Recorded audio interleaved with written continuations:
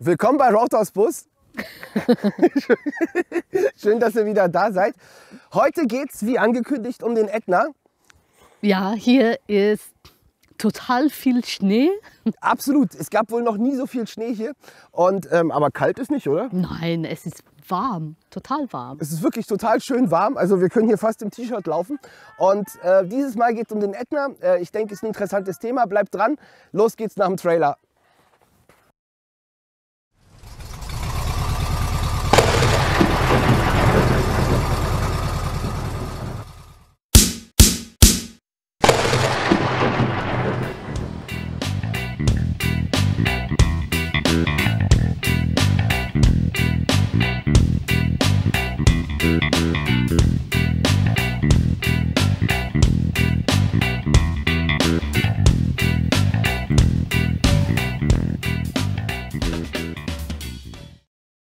Also wie ihr oben schon gesehen habt, liegt am Ätna total viel Schnee.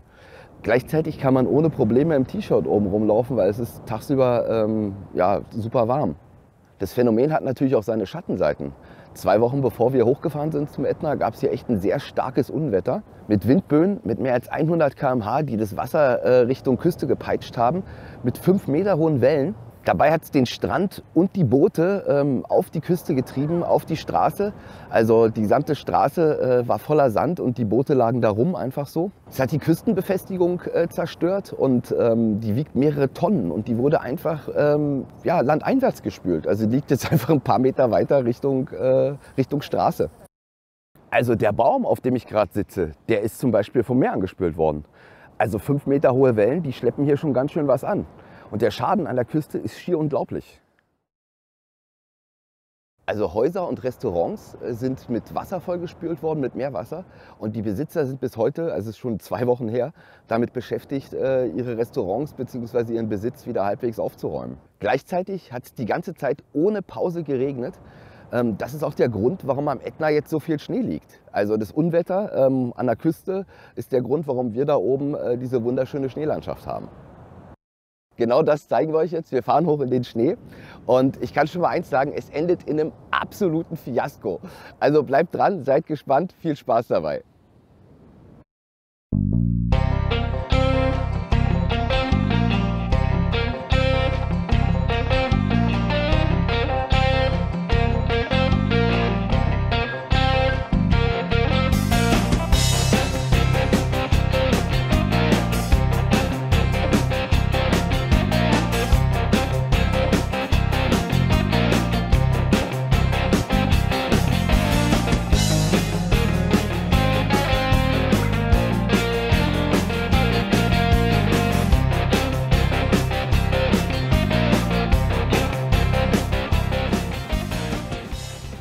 Zuerst haben wir versucht, von Zafferana Etnea auf den Ätna zu kommen.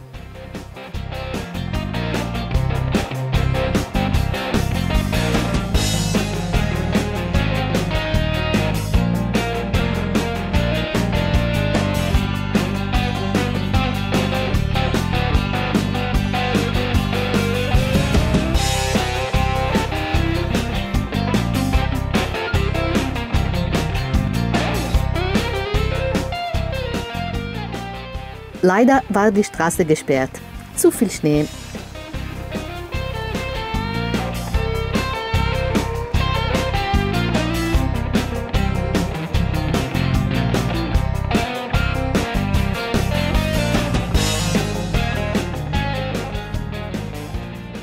Danach haben wir versucht, von Nicolosi auf den Vulkan zu fahren. Es gibt nur eine Straße, die geöffnet ist, die Provinzstraße Nummer 92. Hoffentlich klappt es von hier.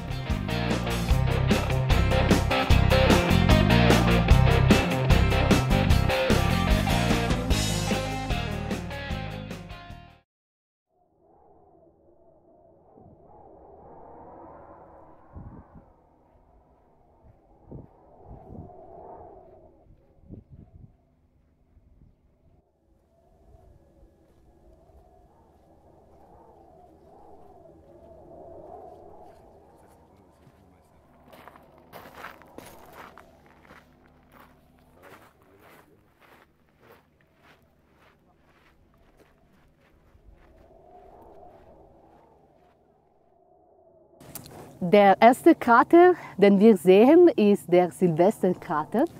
Und der ist hier durch eine Eruption 1892 entstanden. 1892, ja.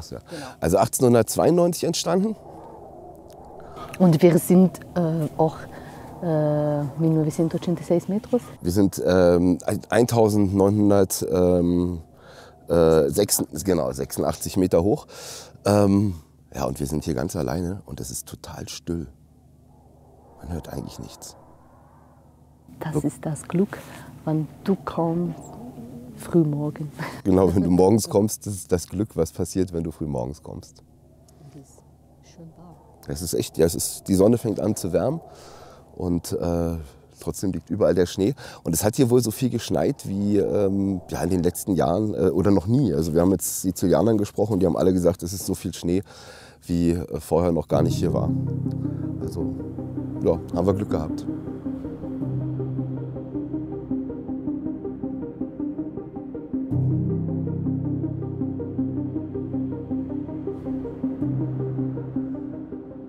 Also der Krater, der Silvesterkrater, der ist monogenetisch. Das heißt, der ist aus einer einzigen Eruption entstanden. Und der hat eine riesen Geröllhalde hier gemacht und die ist jetzt schneebedeckt. Man fühlt sich echt wie in Island.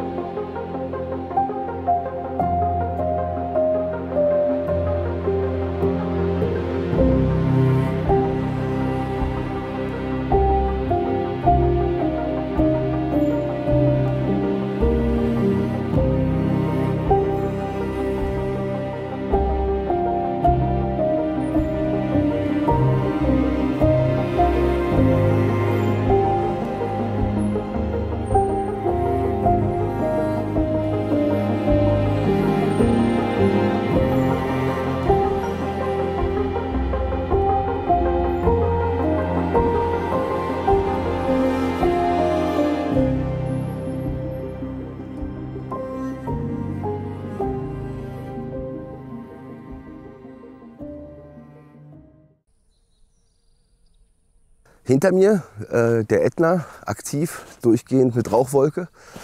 Und die Wege dahin sind fast alle zugeschneit, also zeitweilig bis zu 2 Metern Schnee. Das ist schon, ja, hier ist mehr Schnee als in Deutschland. Auf der anderen Seite eine super Aussicht, Vulkane, Wald bedeckt. Das sieht schon ganz toll aus. Also wenn ihr mal auf Sizilien seid, ihr müsst unbedingt in die Ätna-Region und ihr müsst unbedingt in diesen Nationalpark, weil das ist sehr beeindruckend und eine wunderschöne Stille. Man hört ein paar Vögel, sonst ist hier total ruhig.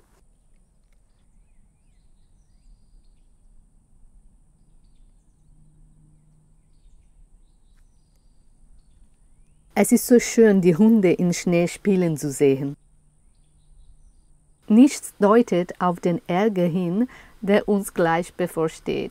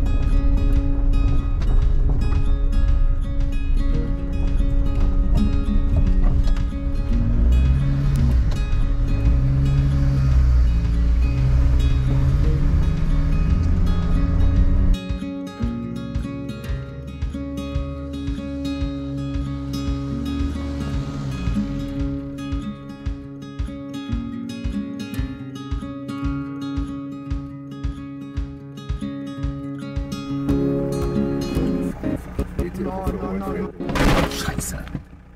Der beste Ort für eine Autopanne. Viele sagen ja, würden gerne mit uns tauschen. Viele sagen, hey, habt ihr ein geiles Leben? Immer nur toll, könnt entscheiden, was ihr wollt. Können wir auch.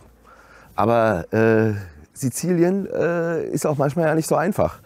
Oder auf der Straße sein ist manchmal gar nicht so einfach. Google Maps hat uns hier lang geschickt auf einen Weg, der hier ja noch ganz nett aussieht. Aber der da hinten so steil wird, dass man gerade mal noch runterrollen kann. Ja, Moral von der Geschichte ist, auf einmal ist der Weg kaputt. Wir kommen keinen Meter weiter und müssen umdrehen. Und ja, beim Umdrehen und viel Gewicht, wir wiegen ja fast 3 Tonnen, Kupplung ist weg. 2 Massenschwungrad ist weg. Und Wachs läuft aus dem Auto raus. Also jetzt mit dem letzten Rest Kupplung irgendwie zur Werkstatt gondeln. Und dementsprechend ist die Episode Nationalpark Ätna erstmal beendet. Aber dafür gibt es was anderes Interessantes. Wie reparieren wir den Bus in Italien? Viel Spaß dabei.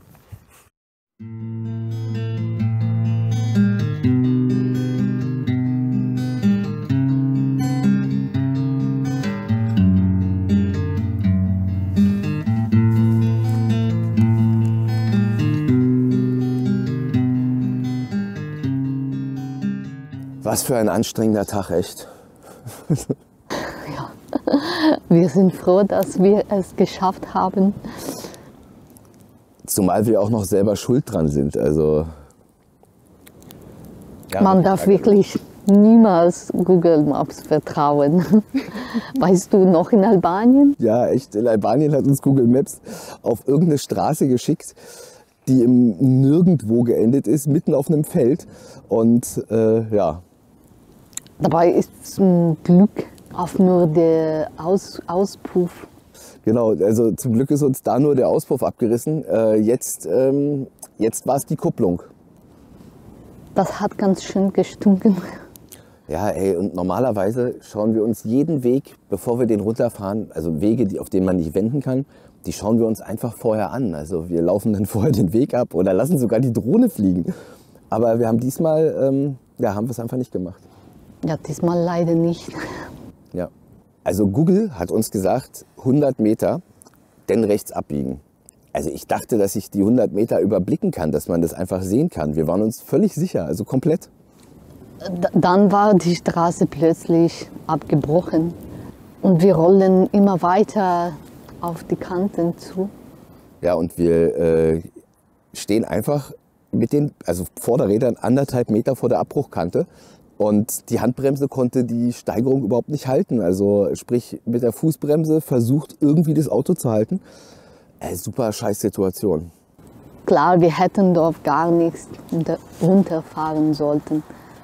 Ja, die Entscheidung war blöd, zumal an beiden Seiten gerade mal 10 cm Platz.